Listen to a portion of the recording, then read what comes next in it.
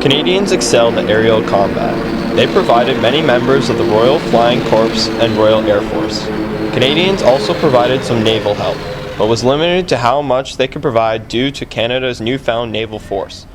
Along with the aerial and naval support, many brave Canadians enlisted as soldiers, nurses, and chaplains who all played an important role. The war came to an end in 1918. Canada played a huge role in the war and strengthened their ties with Britain. It was a widespread celebration as Canadians and other allies finally returned home. Many casualties were suffered from the war. Approximately 65,000 Canadian men and women gave their lives to help the cause. It was a dark part of Canadian history, but because of the war, Canada emerged a proud, victorious nation.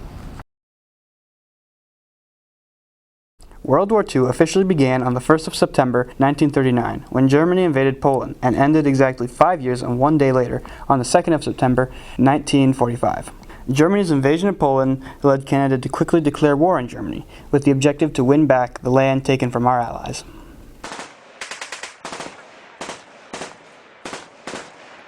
The Canadians who participated in the war were brave and willing to fight for our freedom no matter what stood in their way.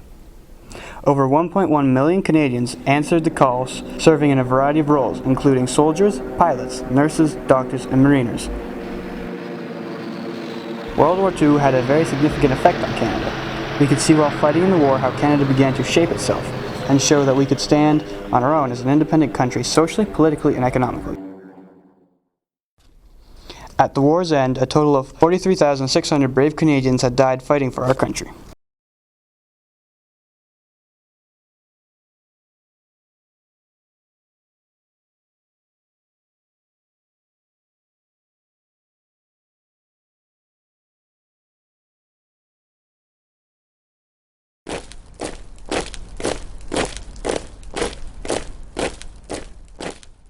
The war in Afghanistan has been raging from October 2001 to present day.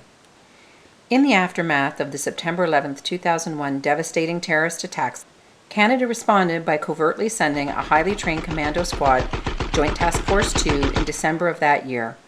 The objective of this elite squad was to support the United States troops in their efforts to shut down al-Qaeda and the Taliban regime. According to the Canadian government, the main reason for being part of the mission was to defend Canada's national interests. The horrific attack shocked and galvanized the United States and much of the world.